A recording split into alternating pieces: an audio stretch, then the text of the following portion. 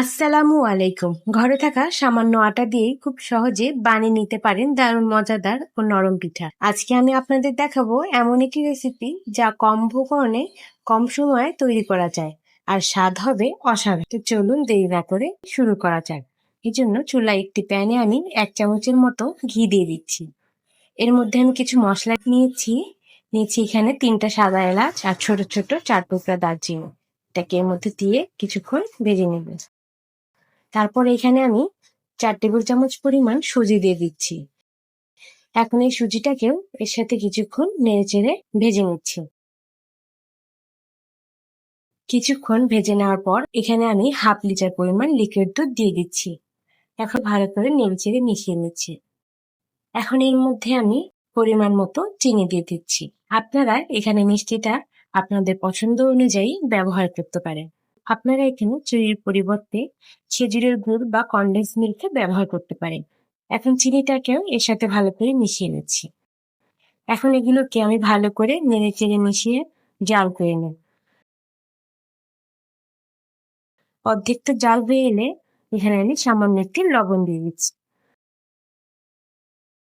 দেখতে পাচ্ছেন পুরটা কিন্তু অনেকটাই ঘন হয়ে এসেছে। এখন আমি আর জাল দেব না, কারণ এটা যখন ঠান্ডা হয়ে যাবে এটা কিন্তু আরো ঘন হয়ে আসবে। তাই এখন চুলাটাকে বন্ধ করে এটাকে একটু বাটিতে ঢেলে ঠান্ডা করে নেব। এদিকে আমি চুলায় আরেকটি পাত্রে 1.5 কাপ পরিমাণ পানি নিয়ে নিয়েছি। এর মধ্যে সামান্য একটু লবণ দিয়ে দিলাম। পানিটা ফুটে আসা পর্যন্ত অপেক্ষা করব। পানি ফুটে এলে এর মধ্যে আমি মেজারমেন্ট কাপে 1 কাপ পরিমাণ আটা দিয়ে দিচ্ছি। এখন এটাকে সুন্দর করে ফ্রাই করে নেব। আটা দেওয়ার সাথে সাথে এভাবে নিচে আমরা সাধারণত রুটিটা যেভাবে বানাই সেভাবেই তৈরি করে নেব। যেটা এমন হবে যে একেবারে শক্ত হবে না, আবার একেবারে নরমও হবে না। এখন এটাকে চুলা থেকে নামিয়ে নিচ্ছি। এই ডোটাকে সফট করার জন্য আমি এখানে সামান্য একটু তেল দিয়ে দিলাম, আর বেলনাতেও সামান্য একটু তেল মেখে নিচ্ছি। এতে করে বেলনার সাথেও লাগবে না। এখন এই বেলনা দিয়ে এভাবে করে বেলে এটাকে সফট একটি ডো বানিয়ে নিই। এটা হাতের সাহায্যে করতে গেলে হাতে দেখবেন গরম ভাব লাগে আর অতটাও সফট হয় না, কিন্তু এভাবে যদি করেন দেখবেন অনেকটাই সফট হবে। আমার সুন্দর মতো ডো তৈরি করা হয়ে গিয়েছে। এখন এখান থেকে লম্বা করে নিয়েছি, তারপর এখান থেকে গোল গোল করে পছন্দ মতো লেচি কেটে নেব। এই লেচি থেকে একটি নিয়ে আমি সামান্য একটু ময়দা ছিটিয়ে একটি পাতলা রুটি তৈরি করে নেব। দেখতে পাচ্ছেন কিভাবে আমি রুটিটার পুরুত্ব রেখেছি, ঠিক এমনই হতে হবে। এখন সেই তৈরি করে রাখা পুর দেখতে পাচ্ছেন অনেকটাই ঘন হয়ে এসেছে। এখন সামান্য একটু এর উপর দিয়ে দিচ্ছি আর রুটিটাকে এভাবে করে নিয়ে এটাকে হাত দিয়ে চাপ দিয়ে দিয়ে আটকে দিচ্ছি। তারপর এটাকে এখন পিঠার শেপ দেওয়ার জন্য এখানে আমি একটি কাপকেকের মোল্ড নিয়েছি। এটাকে এভাবে করে চাপ দিয়ে কেটে নিচ্ছি। কেটে নিলেই দেখতে পারবেন কত সুন্দর একটি পিঠা তৈরি হয়ে যাবে। আমি আপনাদের আরো একটি বানিয়ে দেখাচ্ছি। আবারও এখান থেকে একটু পুর নিয়ে এভাবে করে দিয়ে রুটিটা টেনে নিয়ে সেভাবে লাগিয়ে তারপরে আমি একটি স্টিলের বাটি নিয়েছি।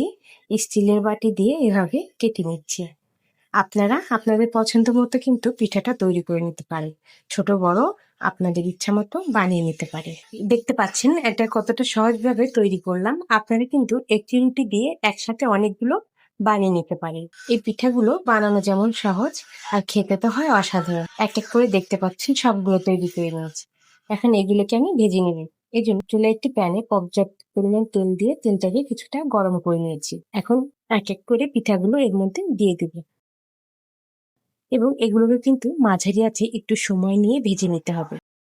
পাশ ভাজা হয়ে গেলে এটাকে অপর পাশ উল্টে ভেজে নিতে হবে। এগুলোকে যখন তেলে দিবেন দেখবেন এগুলো কিন্তু সুন্দর মতো ফুলে উঠবে।